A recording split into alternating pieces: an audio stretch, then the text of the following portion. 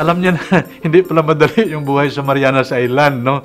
Kasi yung mga 1670s, no, kahit alam naman natin na halos walang mga karsada, kahit yung biyahe sa dagat, no, mahirap.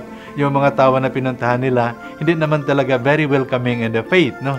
Pero hindi, no? Sabi niya, no, he's staying, no? So yun siguro palaala sa atin na may mga bagay na hindi naman madali, no? Pero kahit mahirap, kung palagayin natin mabuti, no? Yun siguro yung isang pinakita niya. At sabi nga nila, noong atakihin silang dalawa ni Padre San Vittoris, pwede naman siyang tumakbo, no? Pero hindi, no, yung talagang friendship niya sa pare, no, he was willing to die with him, no, for the faith. Iyon, ano.